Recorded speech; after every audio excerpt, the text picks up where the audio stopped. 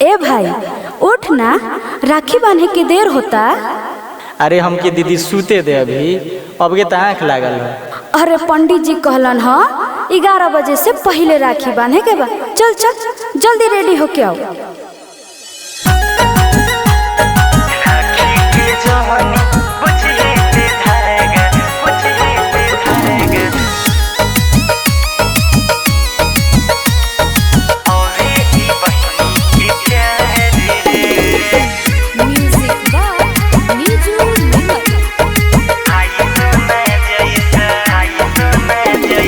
रख दिल बनी थाली सजाई, जल्दी से उठी नहल भाई।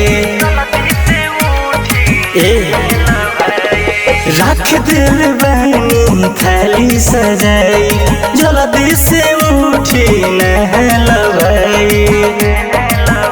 रेडी होके आवा समय अनुसार रे, राखी के जहन बुझिया तू धागा, बाबे ई बहिनी के प्यार रे। राखी के जहन बुझिए ते धागा, हवे ई बहिनी के प्यार रे।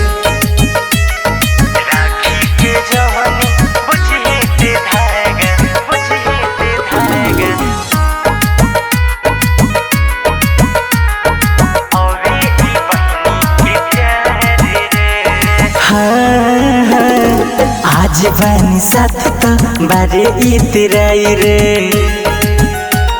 सुनना शादी जब होई तो रोबे ते भाई रे।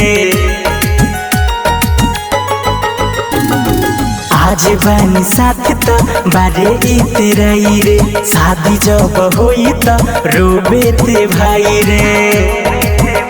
आखी भर जब आई त्योहार रे, राखी के जहनी बुझे ते धागा, बाबे ई बहिनी के प्यार रे। राखी के जहनी बुझे ते धागा, हवे ई बहिनी के प्यार रे।